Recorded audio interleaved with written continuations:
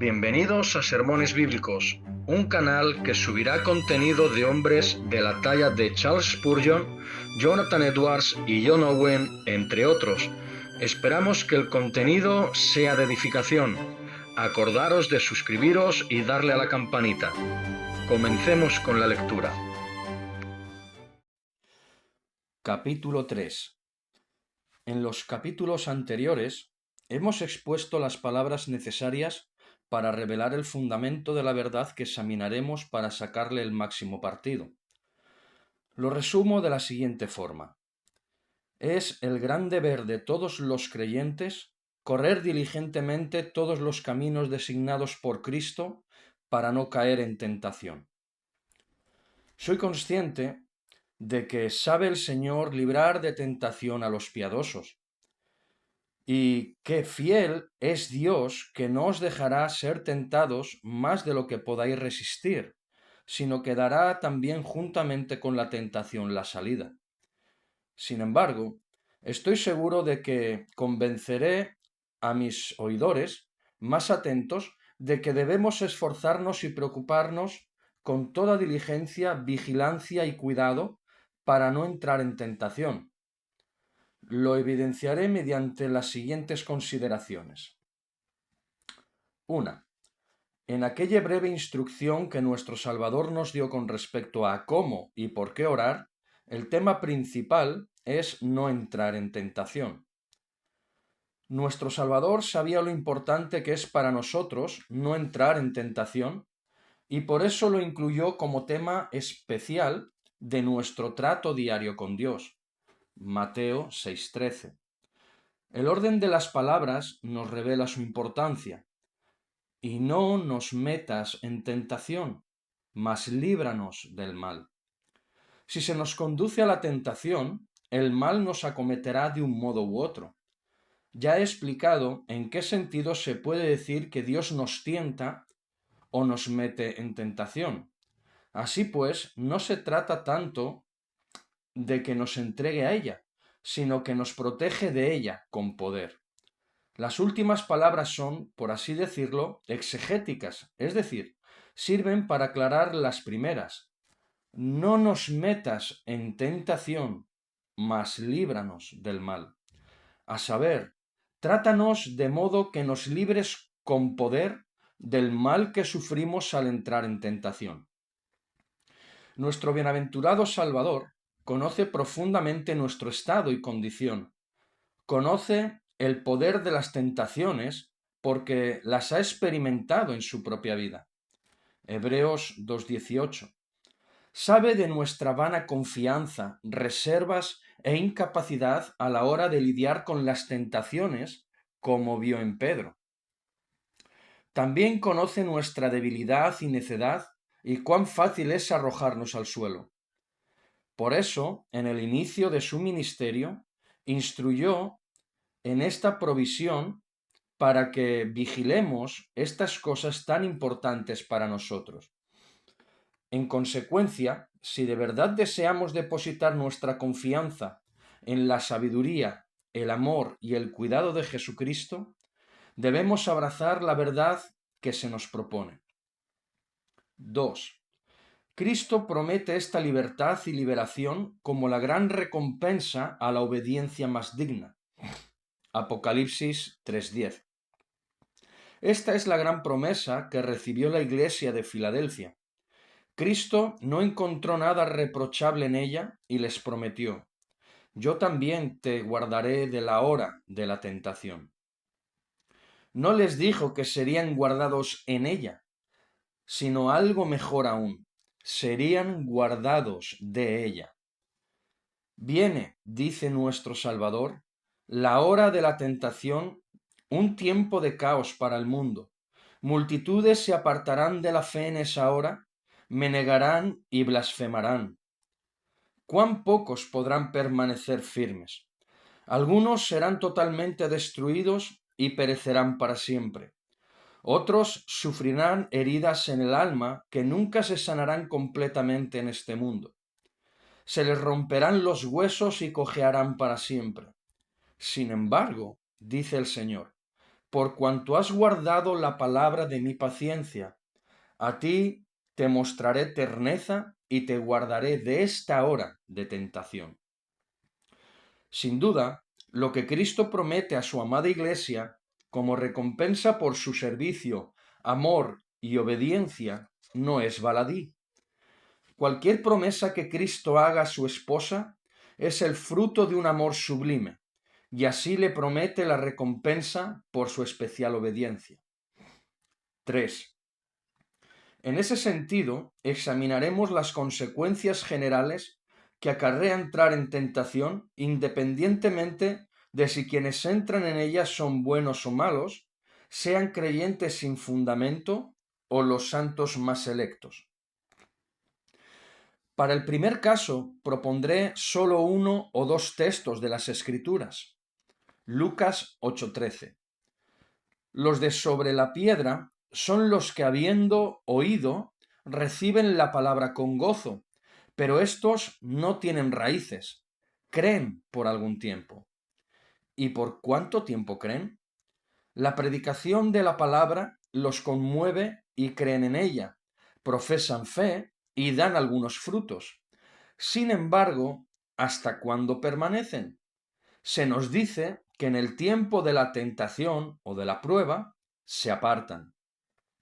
En cuanto entran en la tentación, se van para siempre.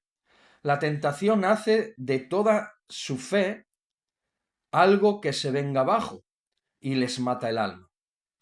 Observamos ejemplos de esto todos los días. Vemos a hombres a quienes la predicación del Evangelio conmueve y deleita, responden a ella y los consideramos creyentes incluso durante varios años. Sin embargo, en cuanto surge una tentación potente y vigorosa o una prueba de gran calibre, se alejan del camino y se marchan para siempre. Llegan incluso a aborrecer la palabra que antes los deleitaba y desprecian a quienes la creen. El pecado los endurece. En ese sentido, Mateo 7:26 dice: Pero cualquiera que me oye estas palabras y no las hace, le compararé a un hombre insensato que edificó su casa sobre la arena. Pero, ¿qué ofrece la casa de este tipo de fe? Lo abriga, lo mantiene caliente y permanece en pie por algún tiempo. Sin embargo, el versículo 27 explica que descendió la lluvia, vinieron ríos y soplaron vientos y dieron con ímpetu contra aquella casa, y cayó y fue grande su ruina. Judas siguió a nuestro Salvador durante 3 años y todo le iba bien. Entonces entró en tentación, Satanás lo agarró y lo zarandeó y se perdió. Demas predicó el Evangelio hasta que le sobrevino el amor al mundo, que lo descarrió por completo. Los ejemplos como estos son interminables e incalculables. Así pues, para esta clase de hombres entrar en tentación es más o menos lo mismo que entrar en apostasía, sea total o parcialmente, no hay excepciones. En el caso de los santos de Dios, observaremos algunas de las consecuencias de su entrada en tentación. Mencionaré a algunos de ellos por nombre. Adán era el Hijo de Dios. Lucas 3:38, creado a su imagen, lleno de una integridad, justicia y santidad que provenían de su eminente semejanza con la santidad de Dios. Adán poseía recursos de capacidad inherentes mucho mayores que los nuestros y no tenía en sí mismo nada que lo tentara o sedujera.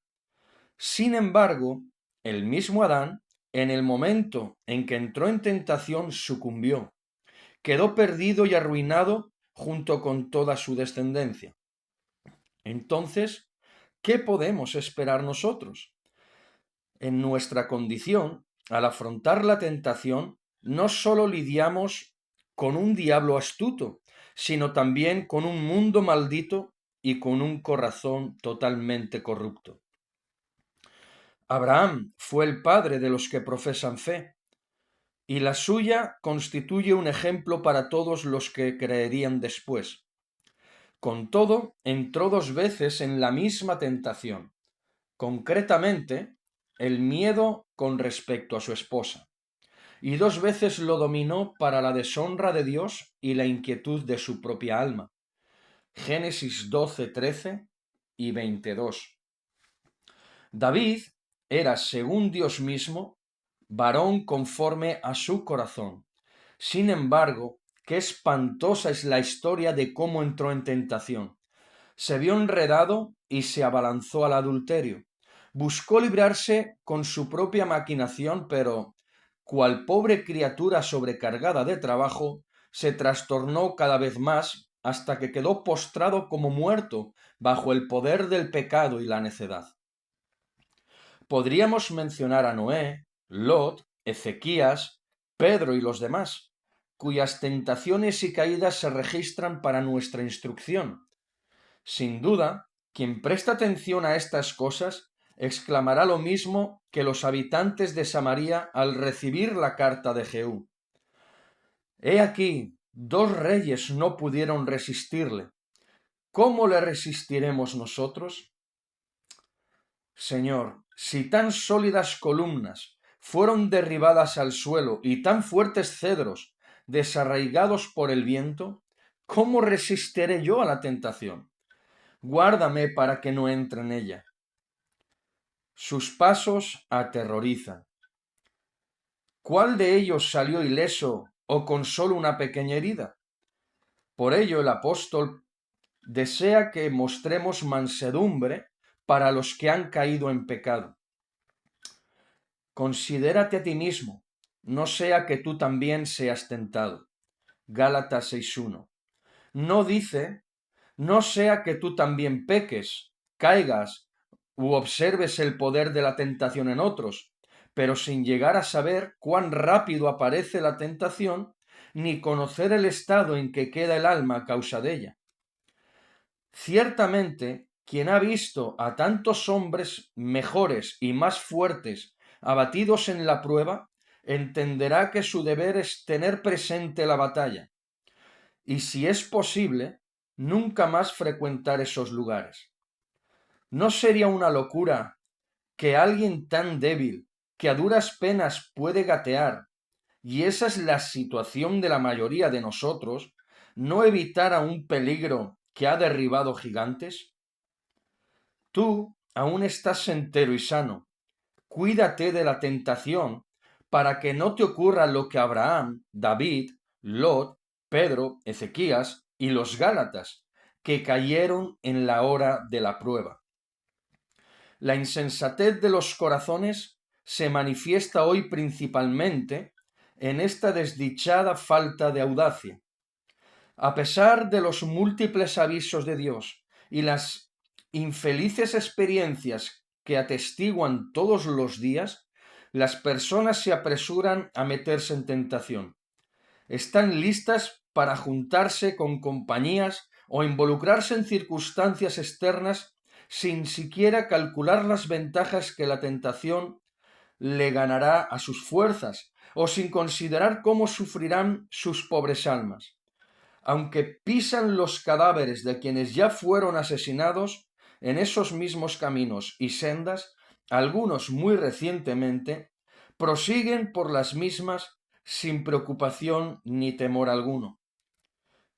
Por esa puerta salen centenares y millares de profesantes cristianos en no más de unos cuantos años.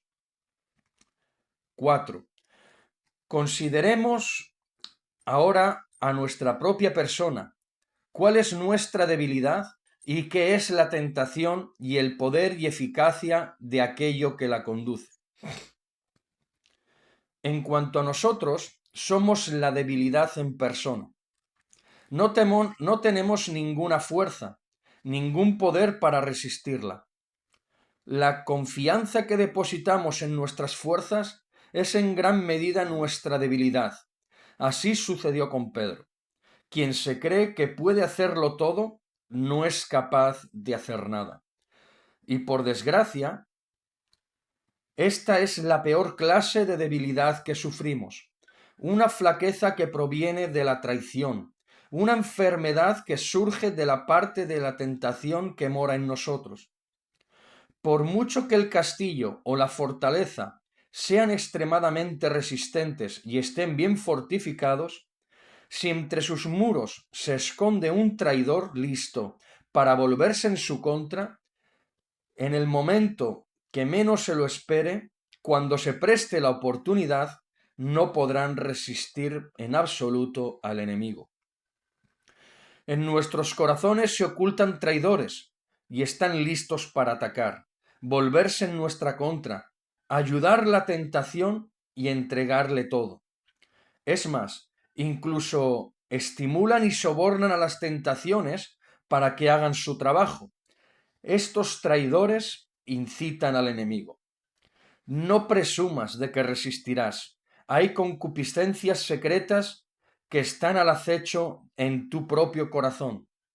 Quizá guardan inactivas ahora, pero en cuanto aparezca cualquier otra tentación, se levantarán, armarán un alboroto, clamarán, te inquietarán, te seducirán y no se rendirán hasta que las mates o satisfagas. No prometas que el estado de tu corazón no cambiará al someterse a la tentación, porque te darás cuenta penosamente de que estás equivocado. ¿Es tu siervo perro que hará esa gran cosa? Dijo Hazael. Sí, acabarás siendo ese perro, por mucho que ahora reines en Siria. La tentación que proviene de tu interés te robará la humanidad.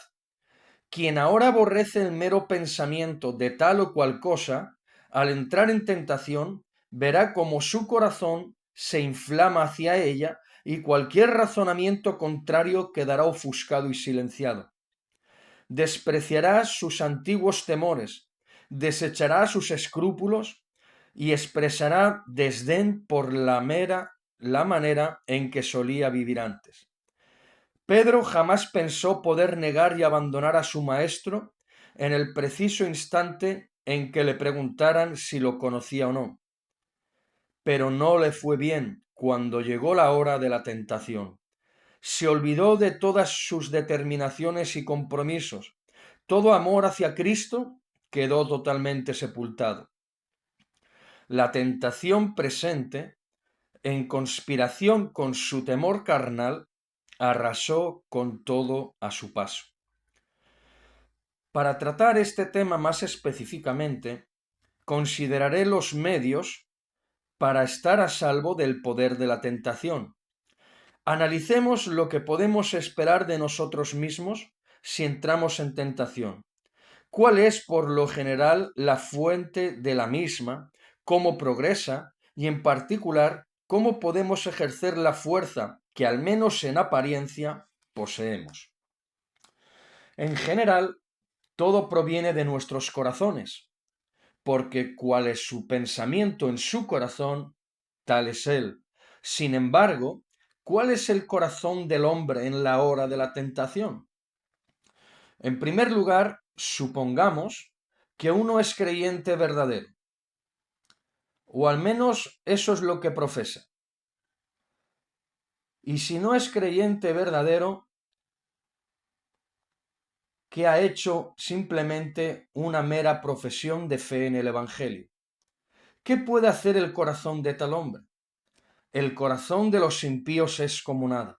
Proverbios 10:20.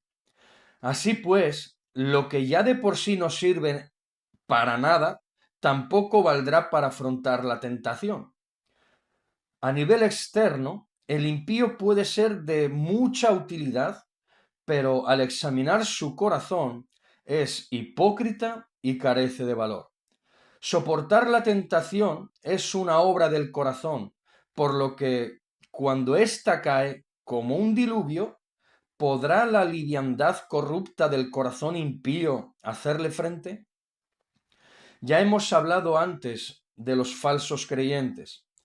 Para ellos, entrar en tentación supone la apostasía.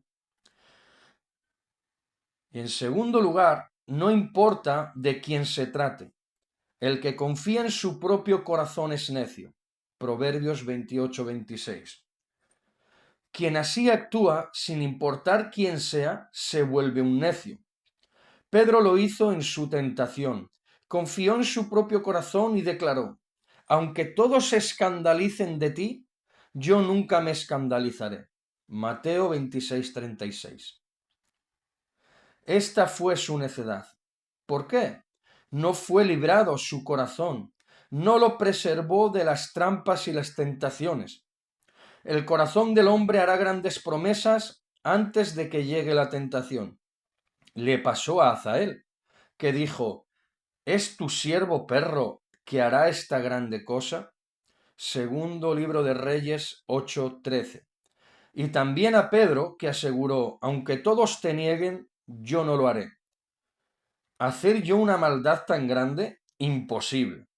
El corazón reúne todos los argumentos necesarios para refutar la tentación. ¿Crees que Pedro no lo pensó? ¿Cómo? ¿Negar a mi maestro, el Hijo de Dios y mi Redentor? ¿Negar al que ama mi alma? ¿Cómo voy a ser capaz de tal ingratitud, incredulidad y rebelión? Ni por asomo. Visto lo visto, ¿debemos confiar en que nuestro corazón se mantendrá firme? Que el sabio conteste: el que confía en su propio corazón es necio. Proverbios 28-26. Engañoso es el corazón más que todas las cosas y perverso. Jeremías 17:9. No confiaríamos de buena gana en nada que sepamos que nos engaña o encierra falsedad, ¿verdad? Menos aún en lo que es engañoso más que todas las cosas. El corazón del hombre, al llegar la prueba, urde sus 1000 artimañas y traiciones. Cualquier tentación lo arrebatará. Oseas 4:11. Por norma general, el corazón nos engaña cada vez que confiamos en él, sin excepción.